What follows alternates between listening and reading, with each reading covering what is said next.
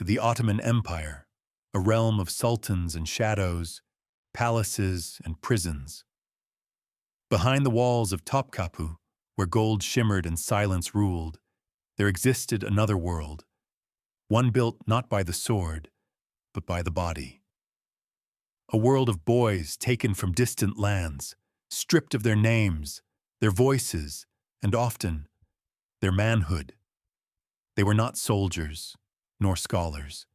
They were the Sultan's male concubines, servants, guardians, and sometimes sacrifices. Their lives were written in whispers, their suffering hidden behind silk curtains and divine titles. Tonight, we open the gates to the empire's darkest secret, the hidden world of power and pain inside the Sultan's forbidden chambers.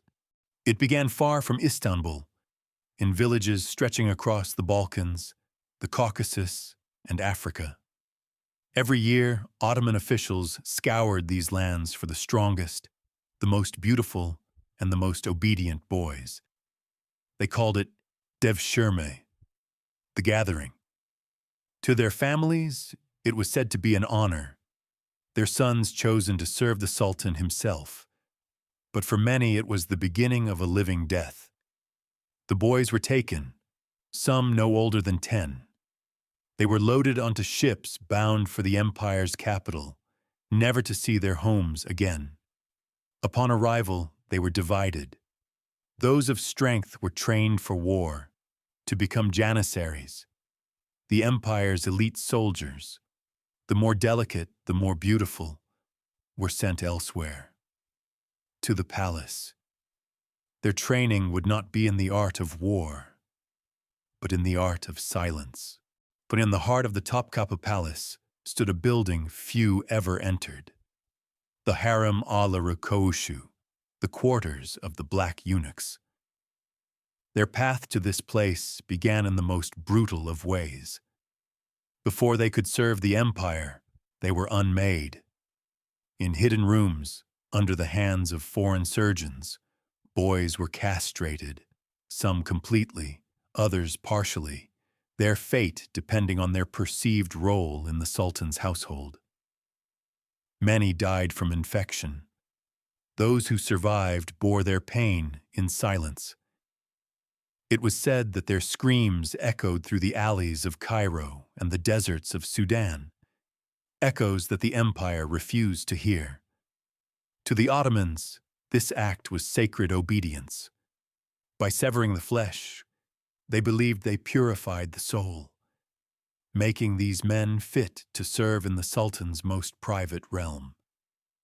But the truth was simpler and crueler. It was about control. Inside the harem, every breath was monitored, every glance recorded. It was both a paradise and a cage. The harem wasn't simply a place of pleasure. It was the political heart of the empire. Behind those golden doors, alliances were made, heirs were born, and empires were unmade by a whisper. And standing between the Sultan and the women of the harem were the eunuchs, the guardians of desire. They were the silent watchers, the keepers of secrets.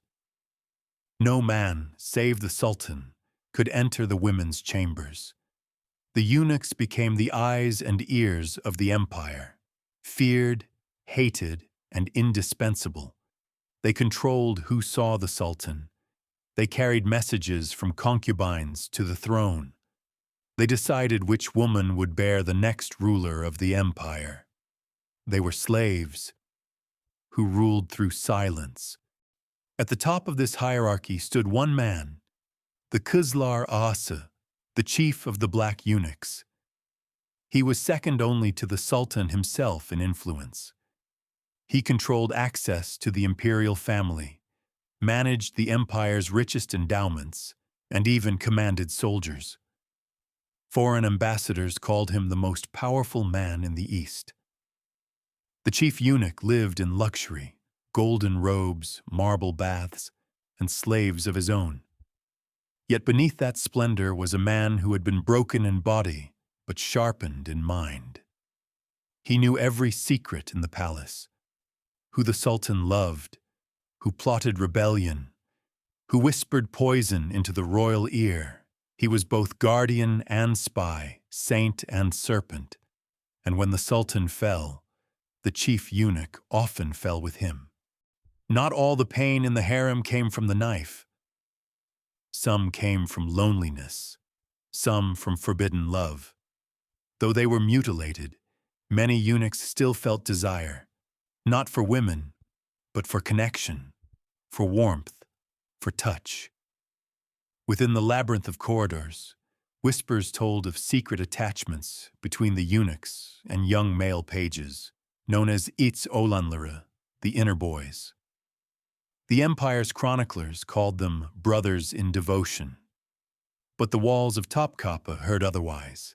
Some relationships were tender, others were coercive. In a world ruled by silence, affection could easily become abuse. Even the Sultan himself was not untouched by scandal. Rumors spread that some sultans favored their young attendants in ways never written in official chronicles. These stories were buried, erased by scribes, denied by historians, but remembered in the songs of the slaves. The eunuchs were not merely servants, they were political weapons. A single whispered word from a eunuch could elevate a concubine to queen or doom her to oblivion. They managed the flow of messages between the Sultan and his wives, controlled who saw whom and when, and they played both sides. One day, a eunuch might serve the Valide Sultan, the Sultan's mother. The next, he might plot against her for another woman's favor. It was a game of survival, played with smiles and secrets instead of swords. Many were poisoned. Some were strangled with silk cords, the empire's chosen method of execution for those too noble to bleed. But some climbed higher. There were eunuchs who became governors, even diplomats sent abroad to represent the Sultan. Their power was invisible, but absolute. See, most of the palace eunuchs were African, brought from regions like Sudan, Ethiopia, and Somalia. Traded through the Red Sea slave markets, they were sold to Ottoman officials who supplied the palace. To the empire, they were nameless, voiceless instruments of duty. But among themselves, they built their own brotherhood. They created secret networks within the harem, passing messages, protecting one another, and ensuring their stories survived even when they could not speak them aloud. In Istanbul's old cemeteries, you can still find their graves, marked not by family names, but by titles. Hacı Beşir Ağa, Hadım Süleyman Ağa, Hacı Mustafa Ağa. Men who began as slaves and died as legends of silence. When the Ottoman Empire began to crumble in the 19th century, so too did its forbidden world. The palace gates opened, the harems emptied, and the eunuchs, once the silent rulers of the inner court, were dismissed, cast into the streets of Istanbul. Some opened small coffee houses or bathhouses, living ghosts of a vanished world. Others died penniless and alone, their names erased by history.